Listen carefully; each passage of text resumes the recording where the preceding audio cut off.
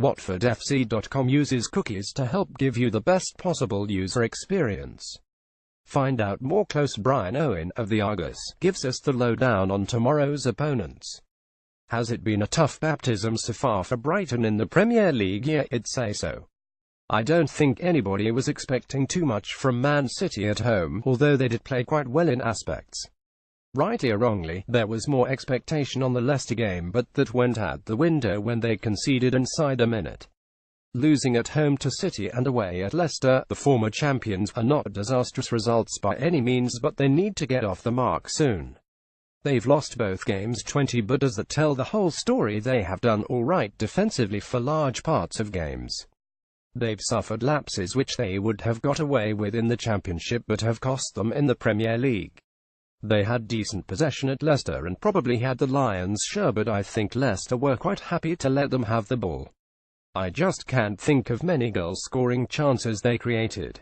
The use of the ball and creating chances have been the main problems so far. How has Chris Hughton got them set up? They were 442 last season and are more 4,411 now. Hughton played with one up top in certain games last season, but HES definitely made the switch more permanent now. The personnel has changed quite a lot, probably more than he wanted to. Plus, Sam Baldock was a big part of the 442 system and HES been injured. You've made 7 signings so far. How have the new boys fared? They all look like upgrades, but players take time to settle. Most are coming in from other leagues and some take longer to settle than others. It's a hard time to come in and some have found it difficult. They've been thrown in at the deep end against City and Leicester and it's been a bit of a culture shock. We've definitely not seen the best of them yet, although Izzy Brown did look very sharp in friendlies, but he then got injured against City. You spent £16 million to sign Jose Izquierdo. What sort of impression has he made? He's not been involved yet, but he should get a game on Saturday. There has to be a bit of an adaptation process with him, but he has come through a European League Belgium, so that should help the process. We might have to wait and see a bit with him. He's a bit of a character. He owns a pig and once wore a pair of sunglasses to celebrate a goal and is worked quite hard on his game, so the fans are looking forward to seeing him as HES the club record signing. Do you think the Seagulls will be busy before deadline day? There will plenty of activity in and out and everyone here is poised for a busy week.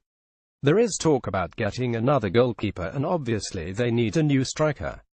There's been a 7-figure bid for Cardiff's Kenneth Zohore and also interest in Everton's Oumar Niasse.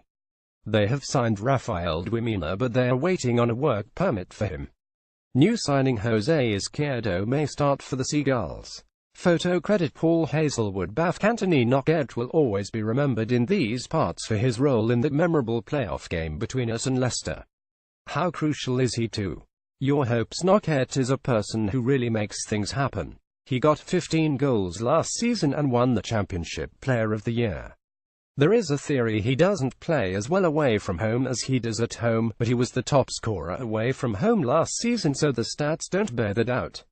This is his second go at the Premier League and he didn't get much of a crack last time, so there is a feeling he has a bit of a point to prove. What's the latest news from the treatment room? Midfielder Bahram Kyle is out with a broken leg he picked up in pre-season against Atletico Madrid. That's a blow as he played 49 times last season. Glenn Murray went off against Leicester and they're waiting to see if he'll be back. Izzy Brown went off in the first match and missed the Leicester game, while Steve Sidwell has something wrong with his back. You got through to the third round of the Carabao Cup this week. That must have boosted confidence. It was a boost for the club as a whole as a couple of young players did well. Whether it boosts the team or not, I'm not sure, as there were so many changes and it was only 10 against Barnet.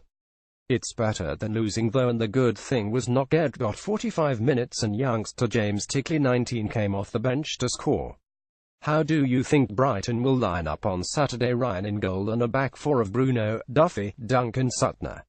The midfield should be Knockaert, Stevens, Proper, and then I think Izquierdo might start on the left. I'd fancy Solly March to play in the number 10 role and then Glenn Murray up front. And, finally, what do you make of the Hornets? They're one of a clutch of teams who it's easy to underestimate what they've done in establishing themselves as a Premier League club. They've clearly shown good levels of organisation, professionalism and recruited really well. Watford have done well to establish themselves as established Premier League clubs like Stoke and West Brom, and that's the biggest compliment you can pay them. Brighton are already finding out how difficult it is to make your mark in this league. I'm also looking forward to working in the new facilities, as the last time I came here we were working in the condemned stand.